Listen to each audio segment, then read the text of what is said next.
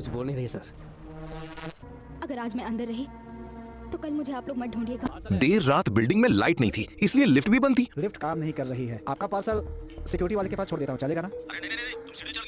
और कस्टमर ने बेचारे एक बूढ़े डिलीवरी मैन से मजबूरी में 12 फ्लोर तक सीढ़ियां चढ़वा दी। लेकिन जैसे ही वो ऊपर पहुंचा लाइट आ गई और थैंक यू बोलने के बजाय कस्टमर ने पैसे उसके मुंह पर फेंक दिए। इतनी इंसल्ट और थकान के बाद उस बूढ़े आदमी को हार्ट अटैक आ गया।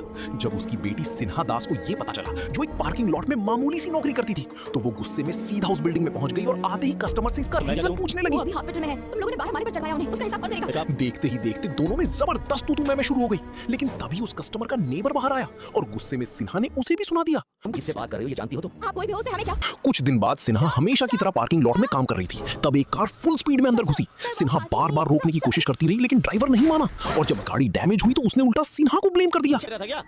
सर मैंने कहा था कि ये रिजर्व है, लेकिन आप फोन पर लेकिन इस बार सिन्हा शॉक हो गई क्योंकि ये वही आदमी था और फिर दोनों में दोबारा बहस शुरू हो गई। उसी रात सिन्हा को चोरी के झूठे केस में अरेस्ट कर लिया गया।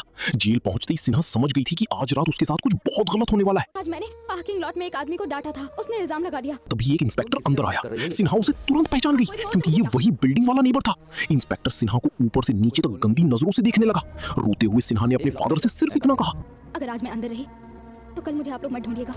और ये सुनकर उसका बाप अंदर से टूट गया। लेकिन तभी पूरी जेल के बाहर पुलिस सायरन बजने लगी।